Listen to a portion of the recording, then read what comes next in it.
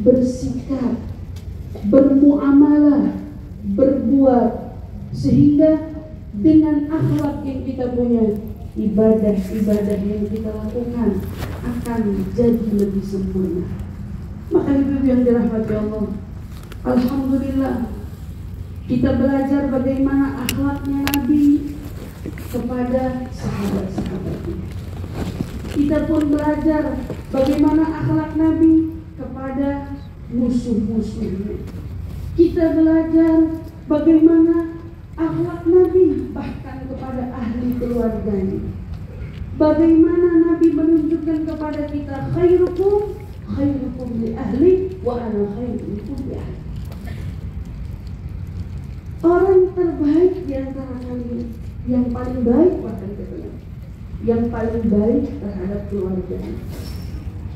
Dan jika kita tanya, apakah hal baik yang paling baik untuk kita kontribusikan kepada keluarga, maka tidak lain tidak bukan adalah akhlak yang dapat dicontoh dari anak-anak kita kepada kita. Perilaku kita sebagai orang tua yang dapat menjadi contoh utama bagi anak-anak kita. Ibu yang dirahmati Allah, kita lihat di saat Nabi berpesan alimu au adibu, dalam surah hadis disampaikan, alimu au adibu auladakum bisalat, ajarkan atau didik. Apa yang dididik? Salah takhisor. Ada 3, tapi saya cuma mau sampaikan 1 aja. Yang Nabi justru sampaikan hubbu Nabi. Gimana kita sebagai orang tua bisa mengenalkan Nabi kita kepada anak-anak kita? Bagaimana kita sebagai orang tua bisa mengajarkan bukan tentang Nabi, tapi lihat hadisnya, hubbu Nabi itu. Mengajarkan anak cinta pada Nabi. Kita lagi belajar cinta sama Nabi, tapi ternyata Nabi memberi kita perintah, cinta bukan hanya kau tanamkan pada dirimu, tetapi kau juga perlu menanamkan cinta itu bahkan kepada anak-anakmu. Maka saat pertama kali wahyu turun, di dalam kitab Sayyidina Habib Umar menyampaikan, orang yang pertama kali kena cipratan cahaya risalah nubuwah, cipratan wahyu Nabi Muhammad SAW, itu katanya siapa? Ummul Mukminin Sayyidah Khadijah bintu Khuwailid. Pada saat itu cipratan datang kepada siapa? Seorang perempuan. Maka saat itu kita perlu paham peran Nabi saat mengajak kita untuk beriman.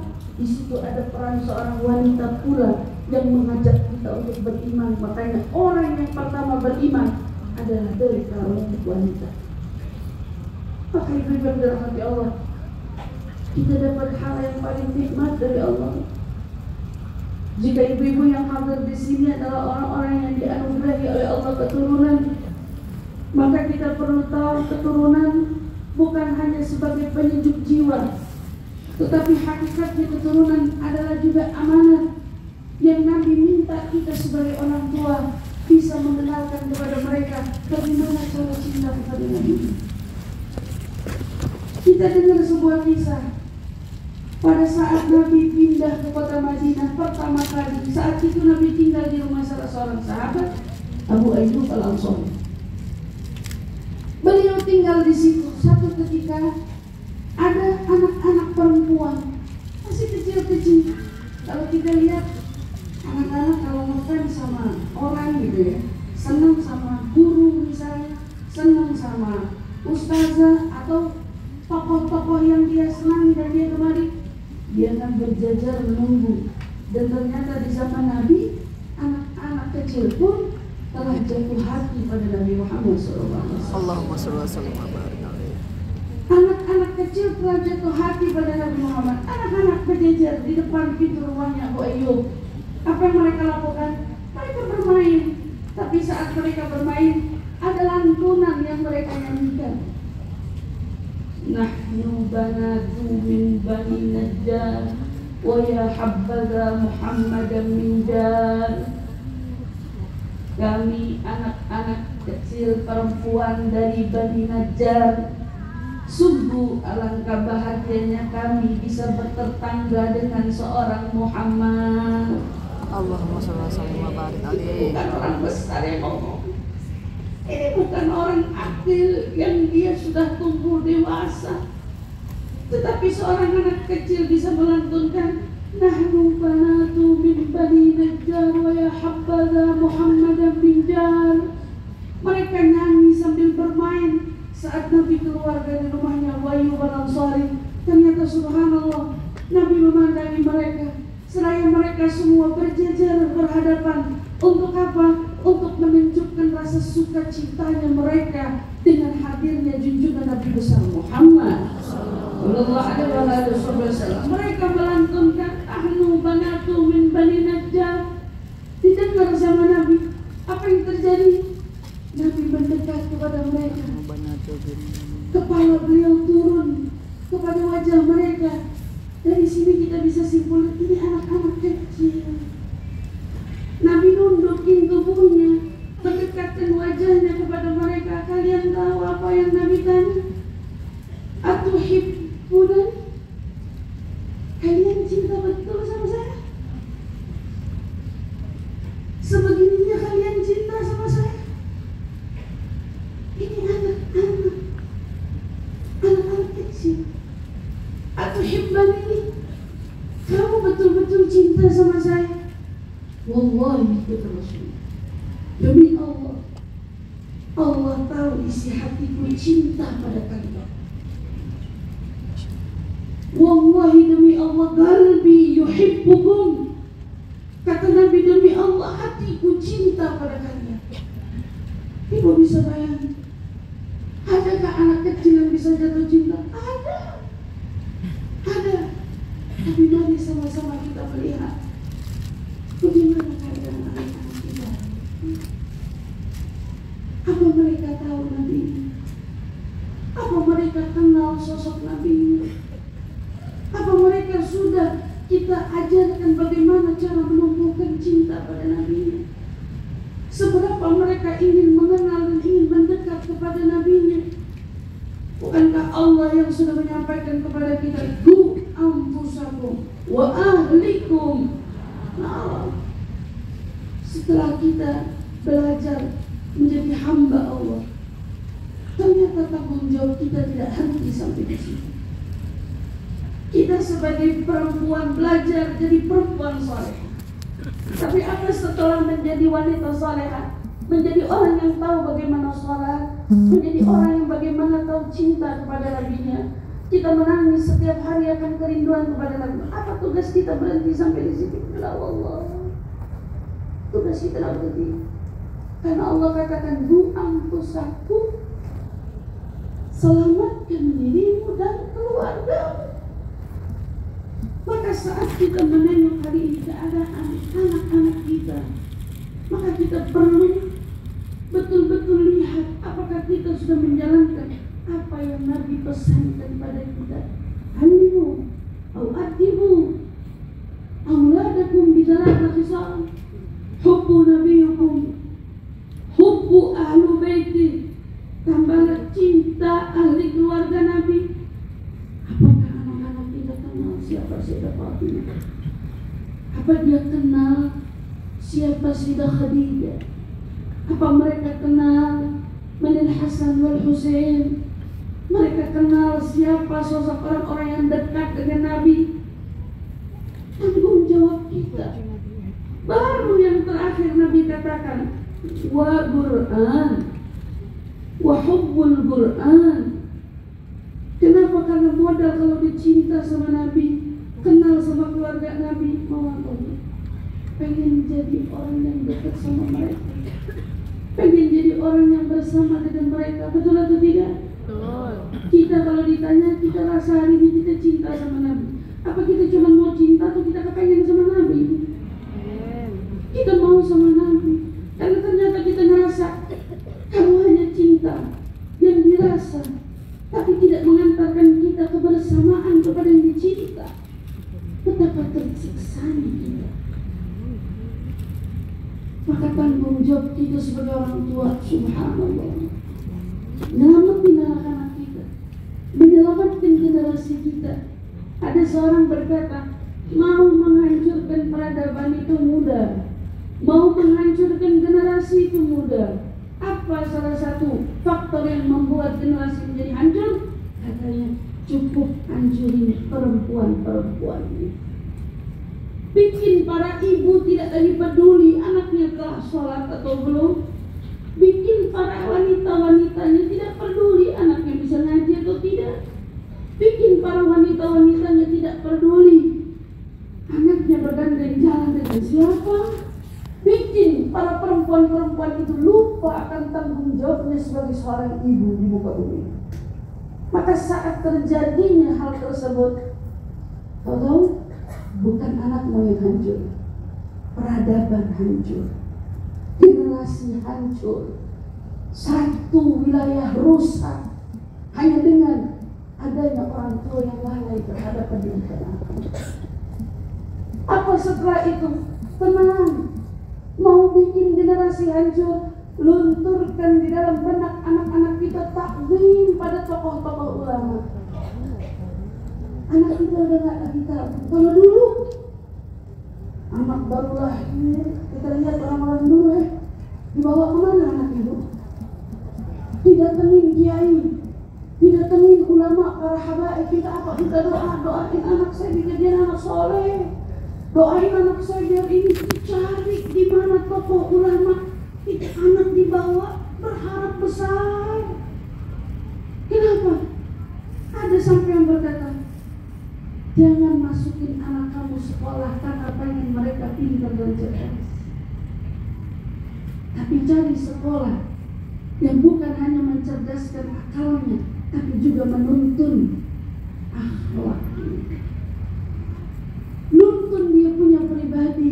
Bagaimana anak kita bisa ngomong sama kita, ngomong sama neneknya, ngomong sama kakaknya, ngomong sama adiknya. Itu hal sederhana, tetapi itu akhlak.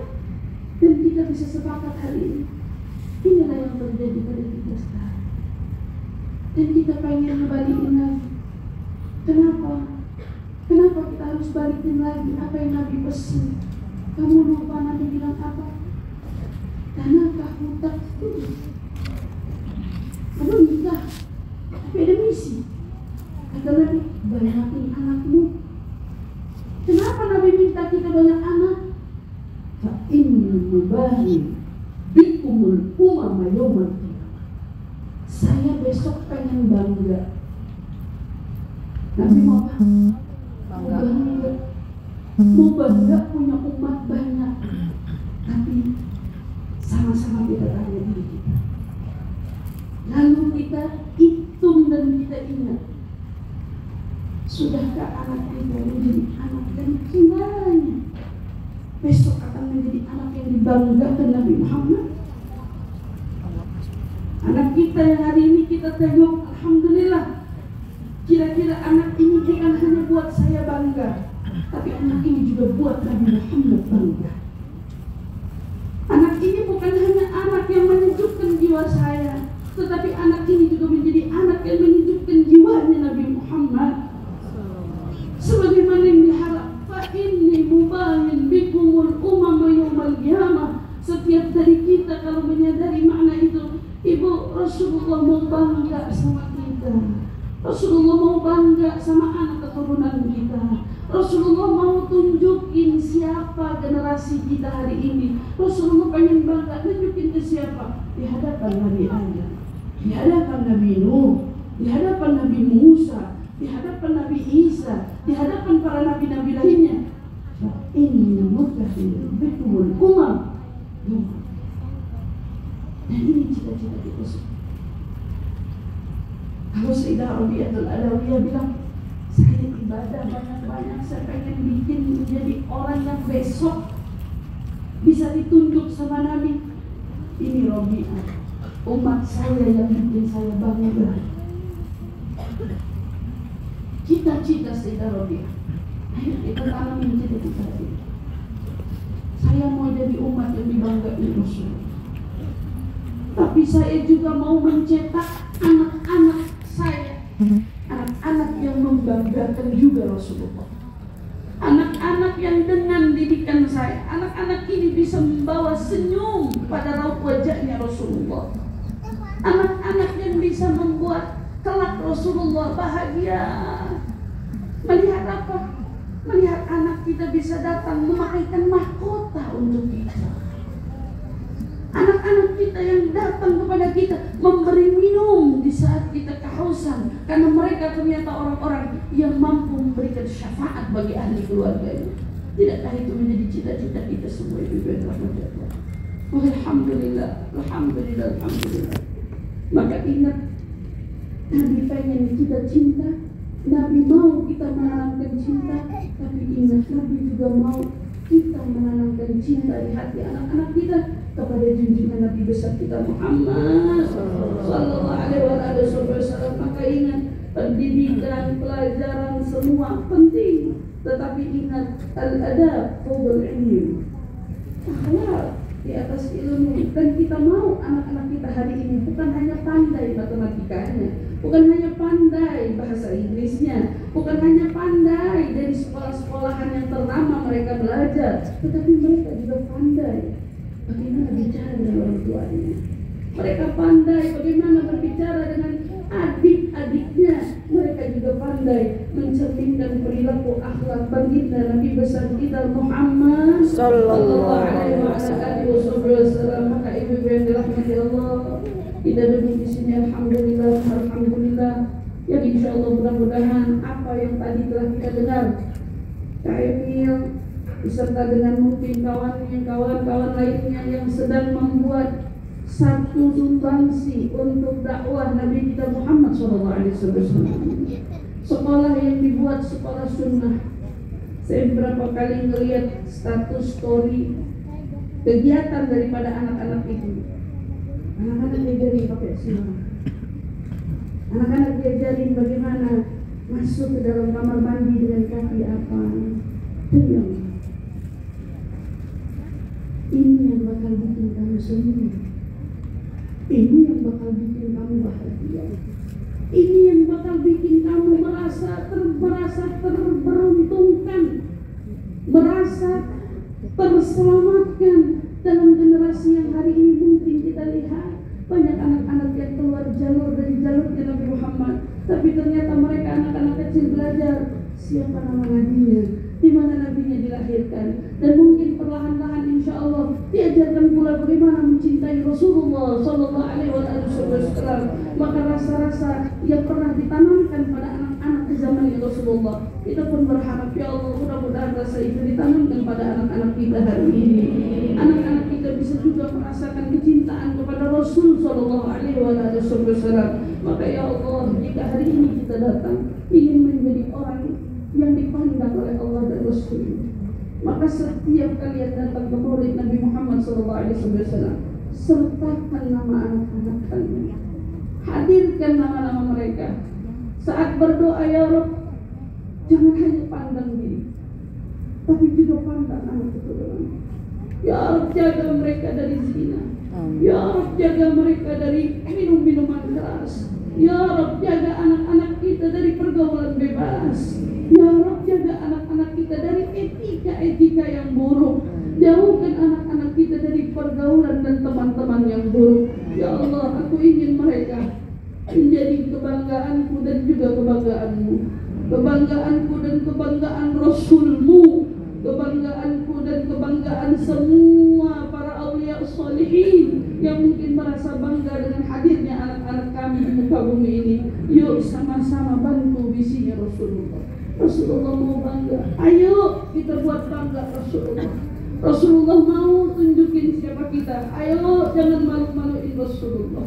Rasulullah mau bikin kita senang. Rasulullah mau pamerin kita di hadapan makhluk Allah lainnya, ayo jangan bikin Rasulullah sedih, jangan bikin Rasulullah sedih. Mudah-mudahan kita semua menjadi orang-orang yang dibanggakan Allah, yang dibanggakan Rasulullah, dan mudah-mudahan ya Rabb, mudah-mudahan kita pun bisa menjadi orang tua yang mendidik generasi anak-anak kita yang bisa membanggakan Allah dan Rasulnya. InsyaAllah amin ya Rabbal Alamin. Maka kita doakan ya Rabb, mudah-mudahan KMil dengan segala tujuannya, sekolah sunnahnya, dan beserta para guru-guru yang mengajar di sana mudah-mudahan bisa tetap terus istiqamah, teguh dan tekun di dalam menuntun para anak-anak santri murid-muridnya. Insya Allah bisa belajar di jalannya Allah dan Rasulnya, mengenalkan mereka bagaimana cara mencintai Allah dan Rasulnya, dan itu adalah modal utama kita semua. Dan kita tak lupa doakan Mama Nina, mudah-mudahan Allah panjangkan umurnya,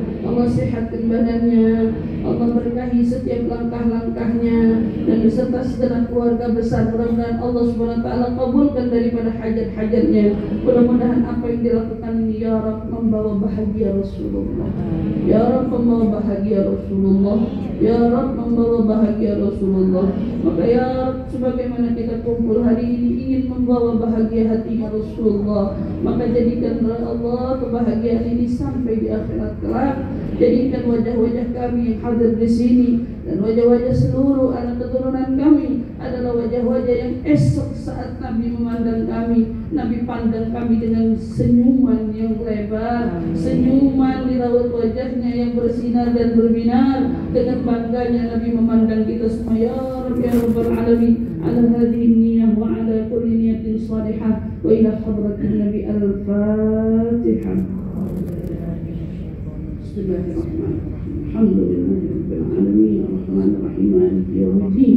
Iyyaka na'budu wa iyyaka nasta'in, ihdinas siratal mustaqim, siratal ladzina an'amta 'alaihim ghairil maghdubi 'alaihim waladdallin. Amin ya rabbal alamin. Dan para guru insyaallah mudah-mudahan semua diberi kesehatan dan keafiatan. Khusus untuk Halimah Idris juga mudah-mudahan Allah panjangkan umurnya, Allah sehatkan badannya, Allah Subhanahu wa taala terus istiqomahkan langkahnya dan memberikan menebar manfaat untuk kita semua. Insyaallah amin ya rabbal alamin. Cukup sekian dari saya. Terima kasih untuk segala perhatiannya. Kurang lebihnya mohon dibukakan pintu maaf yang sebesar-besarnya. Wal 'afwu minkum. Wassalamualaikum warahmatullahi taala wabarakatuh. Waalaikumsalam warahmatullahi wabarakatuh.